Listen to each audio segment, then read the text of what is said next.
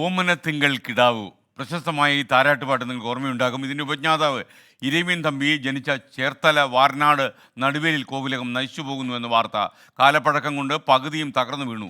വർഷങ്ങൾക്ക് മുമ്പ് പുരാവസ്തു വകുപ്പ് കോവിലകം ഏറ്റെടുത്തെങ്കിലും തിരിഞ്ഞു നോക്കുന്നില്ല എന്ന് പരാതി.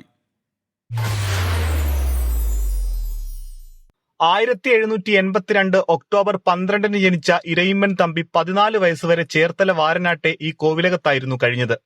പിന്നീട് അനന്തപുരിയിലേക്ക് പോവുകയും 1856 ജൂലൈ 29 74 വയസ്സിൽ നാടു നീങ്ങിയെന്നുമാണ് ചരിത്രം. പിന്നീട് അനാഥമായ 8-കെട്ടായ കോവിലകം പിന്മുറക്കാരുടെ അവകാശ തർക്കങ്ങളിൽ 1996 ജൂലൈ 16 കുറച്ചു ഭാഗം പൊളിച്ചു നീക്കി. പിന്നീട് 2006 കോവിലകവും 40 സെന്റ് സ്ഥലവും പുരാവസ്തു വകുപ്പിന്റെ സംരക്ഷണ സ്മാരകമാക്കി മാറ്റി. 2011 കേരള സർക്കാർ 15 ലക്ഷം രൂപ അനുവദിച്ച് കോവിലകത്തിന്റെ ചുറ്റുമതിൽ മാത്രം നിർമ്മിച്ചു. 2017 പുരാവസ്തു വകുപ്പിൽ നിന്നും തുക അനുവദിച്ച് 8-കെട്ടിന്റെ പകുതി ഭാഗം പുതുക്കി പണിതു. എന്നാൽ കഴിഞ്ഞ ഒരു മാസം മുമ്പാണ് 8-കെട്ടായ കോവിലകത്തിന്റെ വടക്കേ ഭാഗം കാലപ്പഴക്കത്താൽ തകർന്നു വീണത്.